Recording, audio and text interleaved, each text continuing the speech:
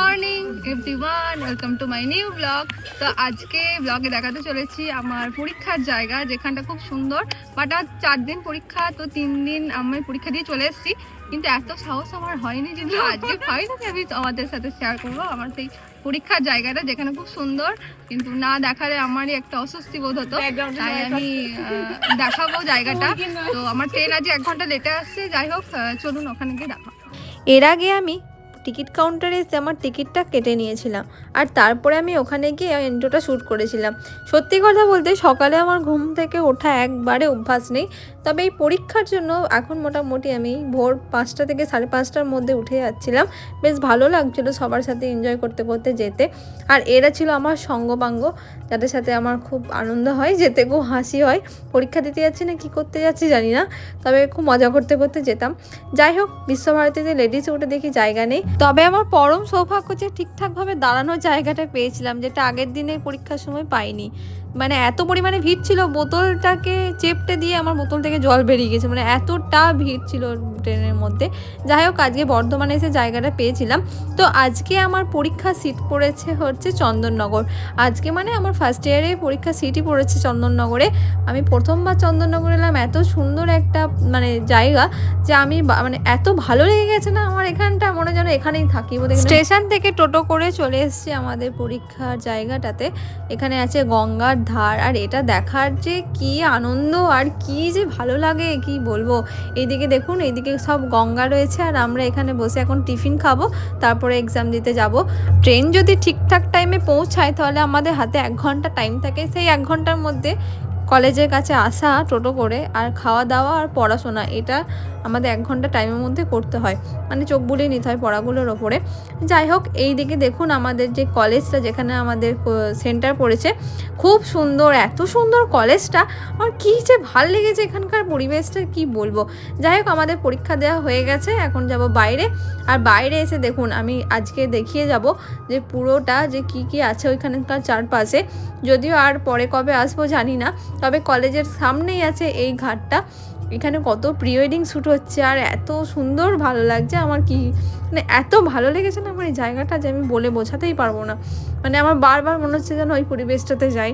যাই হোক, 4 দিন এলাম এখানে আমি পরীক্ষা দিতে। First paper, second paper, third paper and fourth paper. আর এই ফোর্থ পেপারের দিনে আমি এই ব্লগগুলো শ্যুট করছি, কারণ এই 3 দিনে আমি ব্লগ শ্যুট করতে পারিনি, আমার এতটা সাহসই নেই পরীক্ষা দিতে যাবো না ব্লগ বানাবো। তো আজকে ভেবেছি না, লাস্ট দিন আজকে ব্লগটা বানিয়েই যাব। তো এটা হচ্ছে জলশ্রী, একটা রেস্টুরেন্ট, যেটা হচ্ছে ভাসমান রেস্টুরেন্ট, জলের ওপরেই থাকে ওটা স্থায়ীভাবে। তবে চলাচল করে কিনা আমি জানি না, কিন্তু আমি যতদিন গেছি ওখানেই দেখেছি। তো ওখানে অনেক লোকজন যাচ্ছিলো, যাই হোক আমি আর যেতে পারিনি। বাই দ্য ওয়ে, এইদিকে দেখুন একটা চার্চ আছে, এদিকে কলেজ থেকে একটু গিয়ে এখানে চার্চের পরিবেশটা দেখুন কত সুন্দর, আর কত গোছানো সাজানো, মানে খুব ভালো লাগবে এই জায়গাটাতে এসে। তাই আমি আপনাদের সাথে একটু শেয়ার করলাম যেগুলো আমি নিজে দেখে এসেছি চোখে। তো আপনাদের কেমন লাগছে ব্লগটা একটু কমেন্ট করে জানাবেন।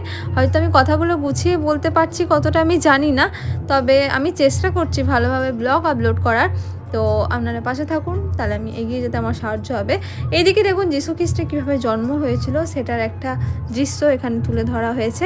আর তার পাশে এদিকে হকি খেলা হচ্ছিল, সেটা একটু দেখে এখন আমি টোটো করে চলে যাচ্ছি স্টেশন, কারণ আমাদের হাতে একদম টাইম থাকে না। আমাদের এক্সাম শেষ হয় 3টেয়, আর আমাদের ট্রেন থাকে 3:30টায়।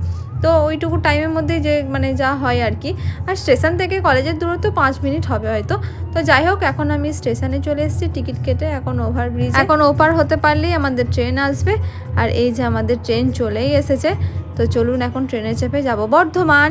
আর এদিকে দেখুন, বর্ধমান ঢুকতে ঢুকতে পুরো সন্ধে, মানে রোদ দেখে আমি মানে চাপি ট্রেনে, আর যখন বর্ধমান পৌঁছায় পুরো সন্ধে দেখুন।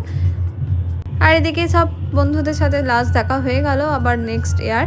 যাই হোক, আমাদের একটা বান্ধবী, যারা আমাদের গ্রামেই বাড়ি, তো ও আর আমি একসাথেই যাচ্ছিলাম। তো ওই যে ও আর আমি এই দোকান থেকে একটু কেক কিনে নিলাম, এত পরিমাণে খিদে পেয়েছে যে কি বলবো। আর আমি একটু কফিও নিয়ে নিলাম, তো ও কফি খাবে না, তাই আমি কফিটা নিলাম। আর এই যে এই কেকটা আমি প্রথমবার খেয়েছি, ঠিক আছে। এত বাজে আমি আর জীবনে কোনো দিন খাবো না, ওই ক্রিম রোলটাই ভালো, মানে রোল কেকটাই ভালো। যাই হোক, আমাদের ট্রেনের টাইম, রামপুরহাটের ট্রেনের টাইম ছিল 5:35, তো 6টা বেজে গেছে, এখনও অবধি আমাদের ট্রেন আসেনি। আর যখন ট্রেন এলো তখন দেখুন কতটা বাজছে, না আমার ঘড়িটা বার করা যাচ্ছে না তাই দেখাতে পাচ্ছি না।